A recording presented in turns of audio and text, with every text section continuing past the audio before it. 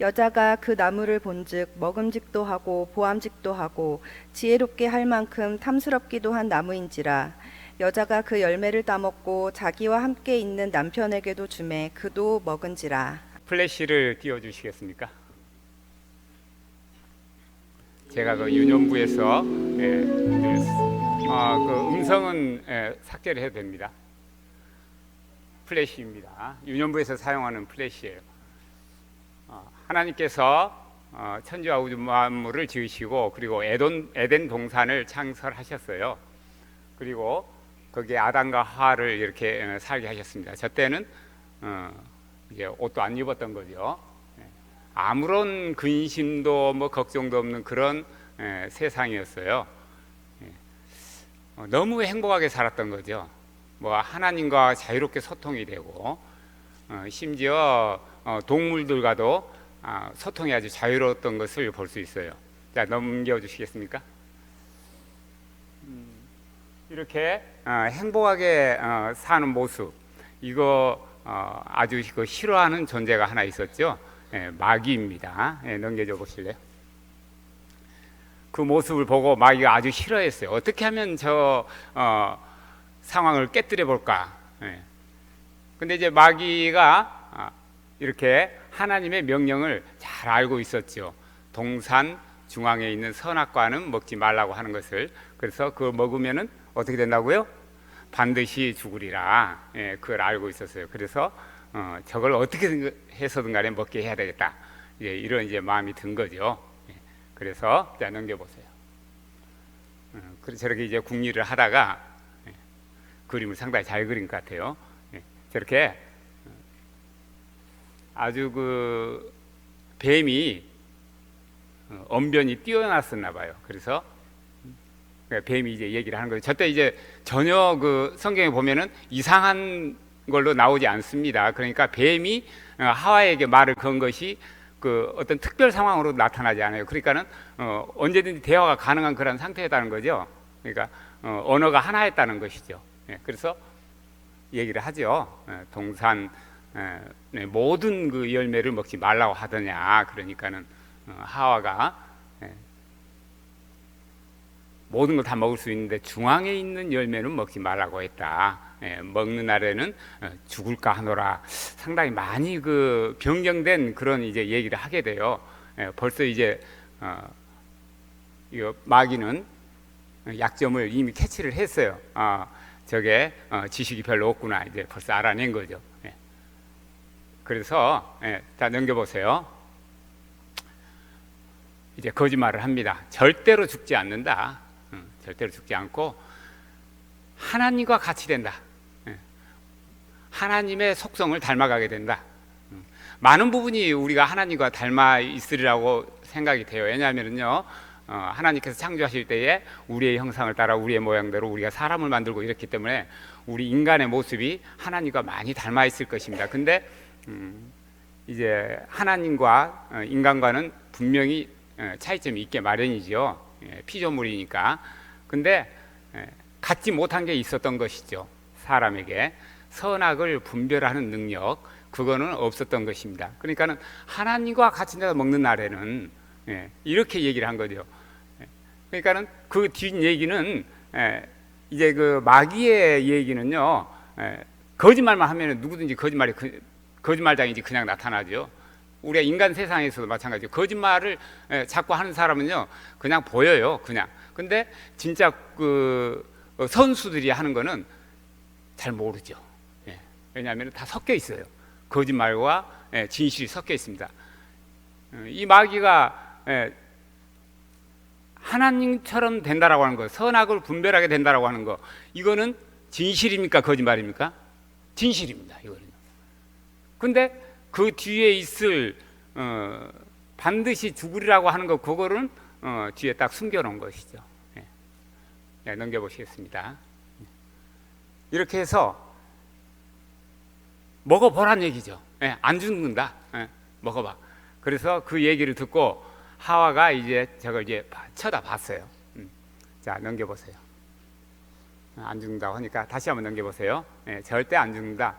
보니까는 그 전에는 저 동산 중앙에 있던 나무가 자기 눈에 잘 안 들어왔었어요, 사실.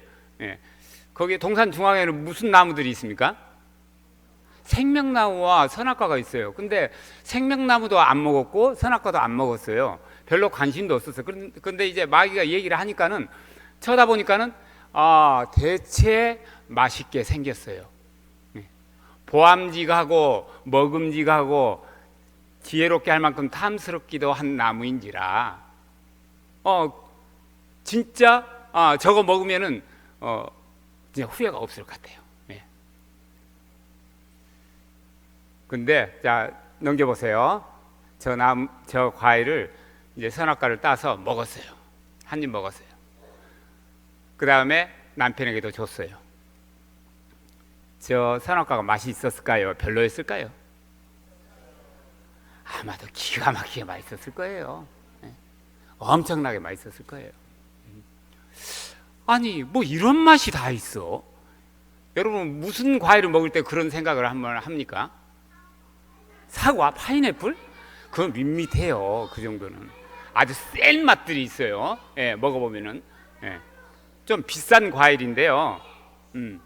뭐 석류, 뭐 미녀는 석류를 좋아한다고 그러는데 석류가 그게 상당히 세더라고요. 그 신맛과 단맛이 어우러지면서 석류값이 점점 올라갈 가능성이 있는데 이러면은 굉장히 비싸요. 그리고요 하나에 뭐 한 돈 10,000원 하는가 어쩌는가 그런가 해요. 아마 그보다도 훨씬 더 맛있었겠죠. 그래서 하와가 생각하기에 아마 이랬을 것 같아요. 이제 성경에는 안 나와 있습니다. 야, 이건 틀림없이 하나님이 먹으려고 감춰놓은 과일일 거야. 이거는 우리에게는 못 먹게 하고 하나님 혼자 드시려고 아마 이랬을 거야. 틀림없이. 이야, 정말 너무하시네 하나님. 원망의 마음이 들었을 겁니다. 정말 이런 맛이 다 있다니. 내가 정말 살아가면서 이런 맛을 다 봐보네. 하나님 너무하십니다. 이러면서 아마 아주 맛있게 먹었을 거예요. 그 결과는 이제 처참하게 된 것입니다. 근데 그 이후로 이제 우리 인류는 죽음에 이제 맞닥뜨리게 된 것이죠. 근데 이런 하나님의 명령에 거역하여서 이제 죄를 짓게 된 이러한 배경에는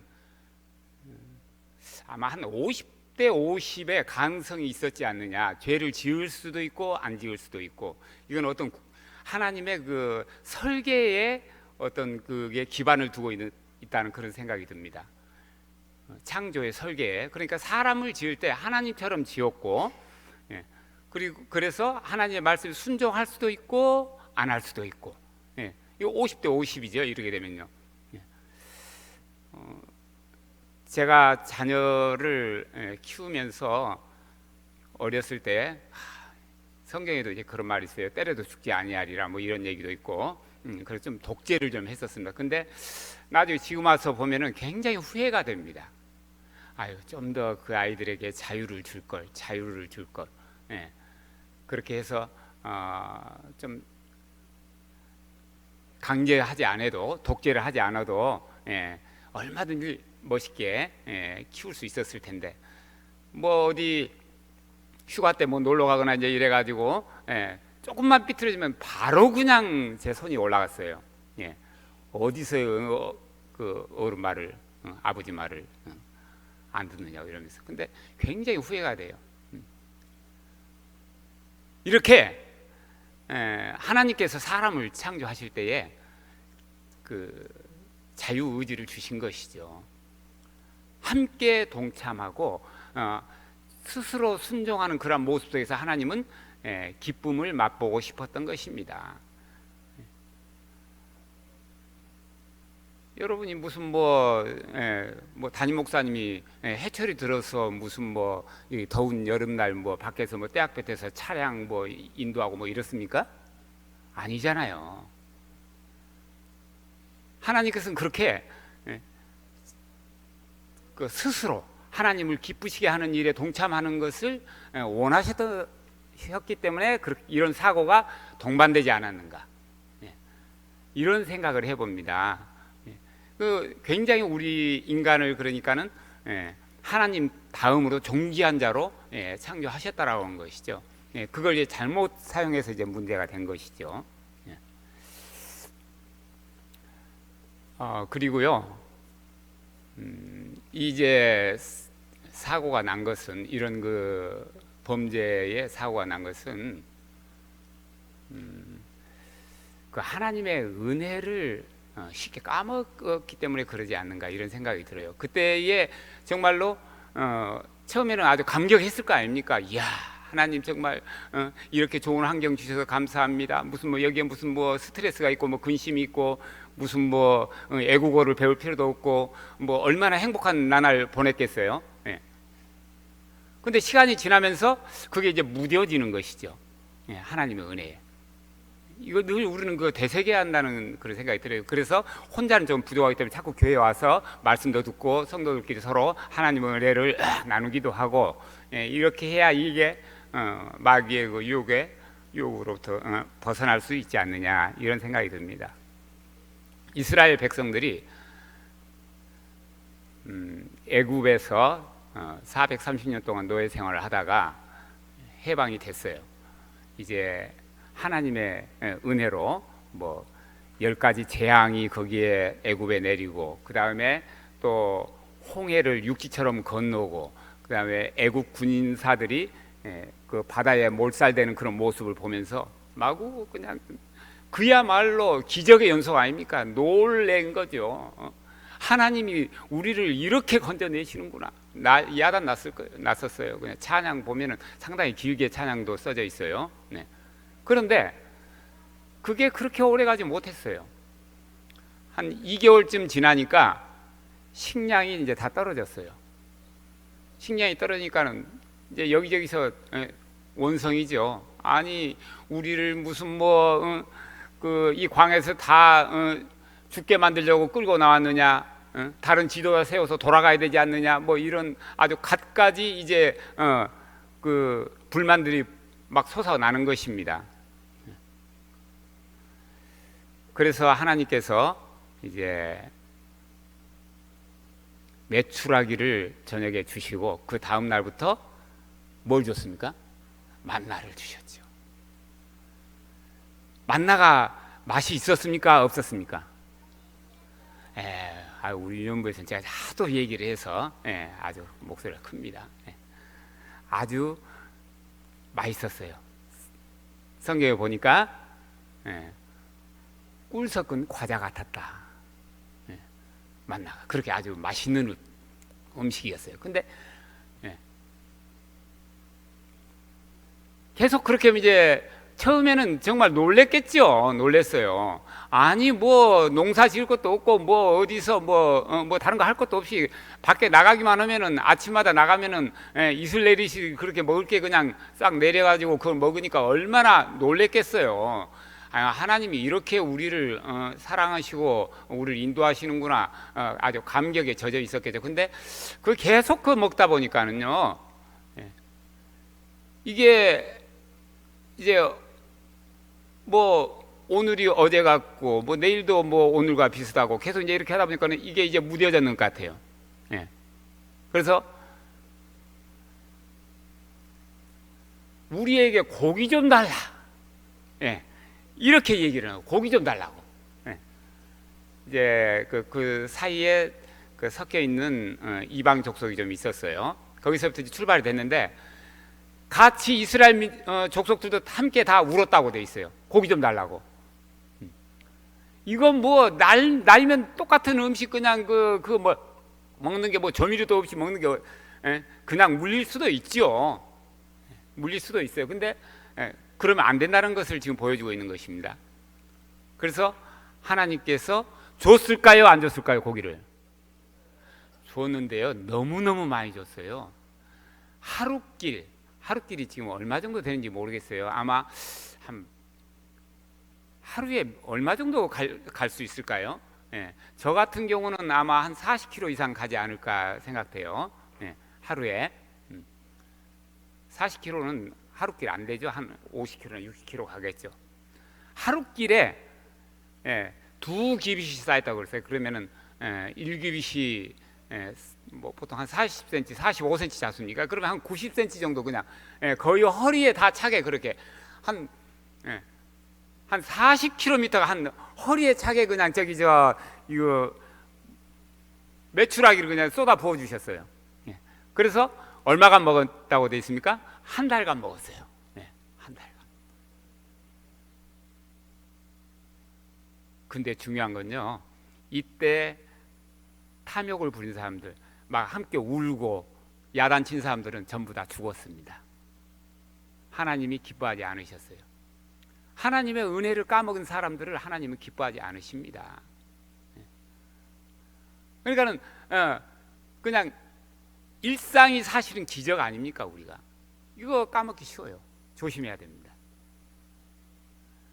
우리 담임 목사님 계속 나와서 설교하시니까 아이고 지난주나 그번 주나 한 달 전 설교나 뭐 은혜가 비슷하네 이렇게 이제 되면은 나중에는 잘 안 들어올 수도 있어요.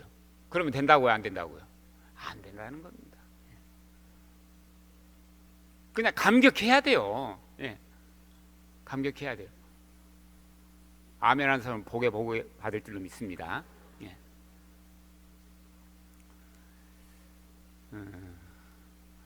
어떤 그 여자분이 어려워도 굉장히 어려웠나 봅니다. 반지야 무슨 뭐 월세 살면서 아이를 넷째를 임신했는데 이 소식을 듣고 그 시어머니가 달려와 가지고 아이고 이 어려운 형편에 너희처럼 가난한 집이 무슨 넷을 키우냐, 당장에 뭐라고 합니까? 낙태하러 가자, 띠로 가자, 막 이랬었던 거죠.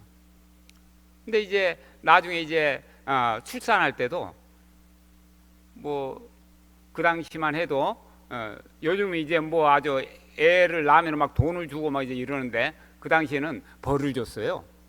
무슨 벌이냐면요, 그 의료보험 혜택을 안 줬어요. 셋째부터는 안 줬어요. 둘째까지만 주고.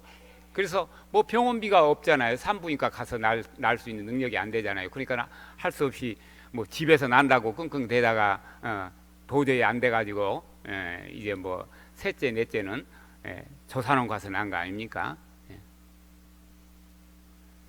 정말로 어려운 시기였던 것이죠. 근데 세월이 흘러서 하나님의 기적과 은혜로 굶기지 않고 아이들을 다 키웠어요. 그런 말이 있더라고요. 이 가방이 명품인지 짝퉁인지 아는 방법이 있대요. 여러분 많이 들어보셨죠? 짝퉁이면은 그 비 올 때 어떻게 한다고요? 머리를 이렇게 가린대요.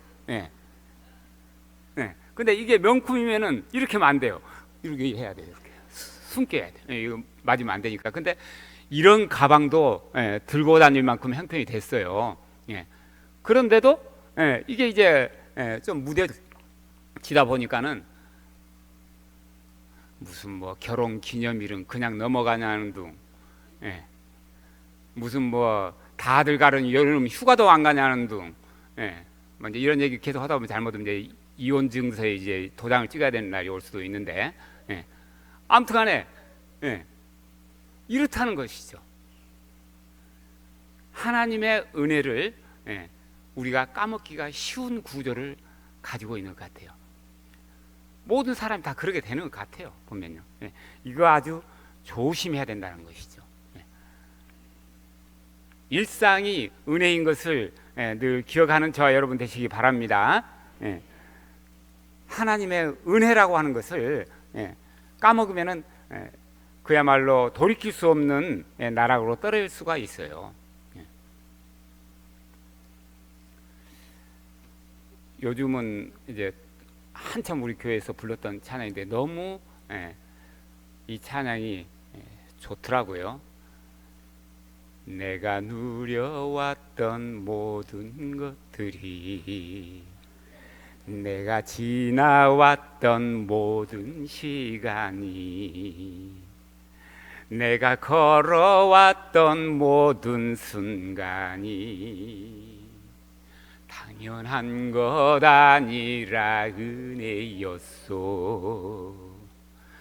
아침 해가 뜨고 저녁에 노을, 봄의 꽃향기와 가을의 열매, 변하는 계절의 모든 순간이 당연한 것 아니라 은혜였소. 모든 것이 은혜, 은혜, 은혜, 한없는 은혜. 내 삶에 당연한 것 하나도 없었던 것을 모든 것이 은혜, 은혜였소. 계속 부르면서 평생 동안 하나님의 은혜를 까먹지 않는 저와 여러분 되시기를 부탁합니다. 기도하겠습니다. 좋으신 하나님, 우리의 삶이 늘 하나님의 은혜인 것을 늘 고백하며 살게 하여 주시옵소서. 하나님의 은혜를 까먹지 않게 하여 주시옵소서. 내 스스로 하나님을 높이며 내 스스로 하나님께 나아가는 우리 모두가 되게 하여 주시옵소서. 예수님의 이름으로 기도하옵나이다. 아멘.